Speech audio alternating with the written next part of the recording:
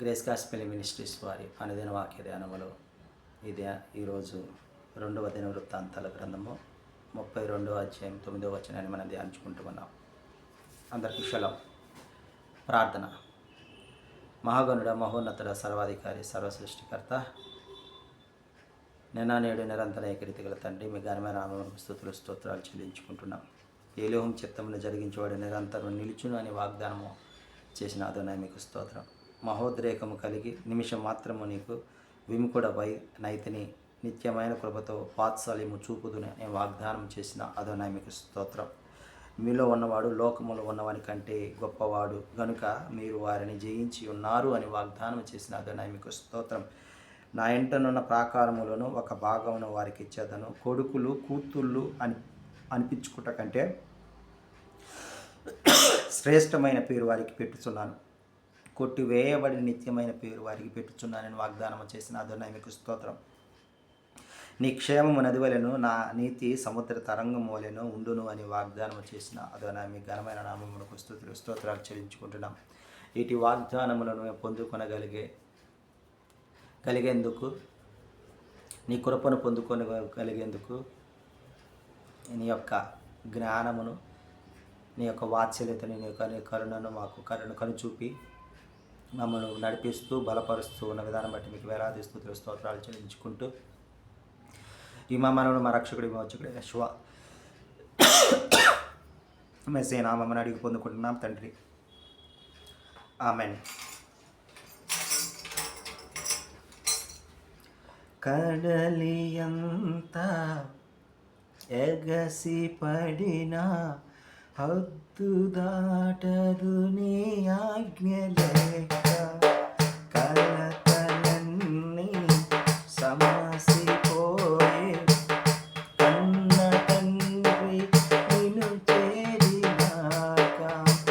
కడలి అంత ఎగసి పడిన హద్దు దాటదు నీ ఆజ్ఞలేక,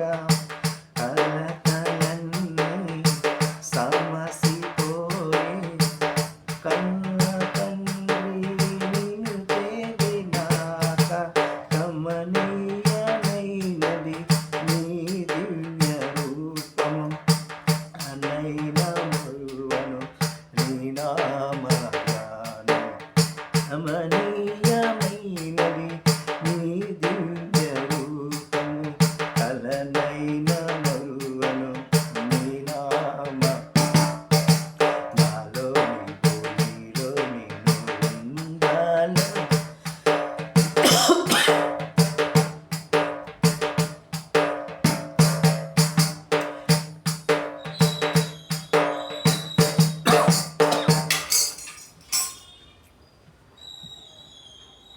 రెండవ దినవృత్తాంతాల గ్రంథము 32వ అధ్యాయము 9వ వచనం. అష్షూరు రాజు సెన్హెరీబు లాకీషును ముట్టడి వేసి యోధారాజు అనే హిజ్కియాకు ఒక ప్రకటన వారి సేవకుల ద్వారా పంపిస్తాడు.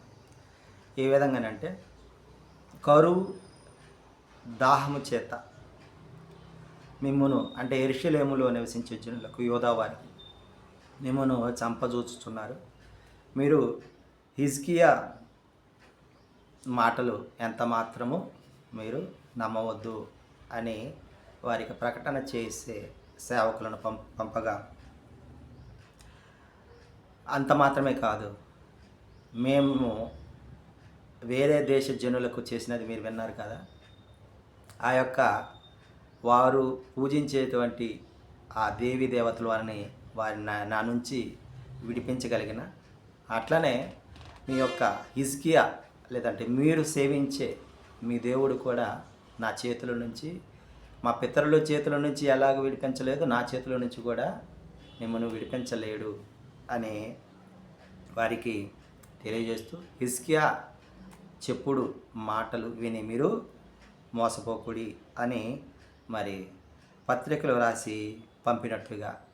అంత మాత్రమే కాదు, ఎలోహిం వారిని, యావే వారిని నిందించుటకు, అపవాదములు మోపుటకు పత్రికలు రాసినట్టుగా చూస్తూ ఉన్నాం. అంటే ఈలోక దేవీ దేవతలను ఈ విధముగా దూషణలుగా దూషణకరంగా మాట్లాడాడు. ఎలోహిం వారి ఎడల కూడా ఈ యొక్క అష్షూరురాజు సెన్హెరీబు అదే విధమైన మాటలు పలికినట్లుగా చూస్తూ ఉన్నాం. ఈ విధంగా ఆయన పలకటమే కాదు, ఆయన పంపించినటువంటి సేవకులు కూడా ఎలోహిం వారి మీద దూషణలు పలికినట్లుగా ఈ అధ్యాయం మనము గమనించుకోవాలి. ఆమె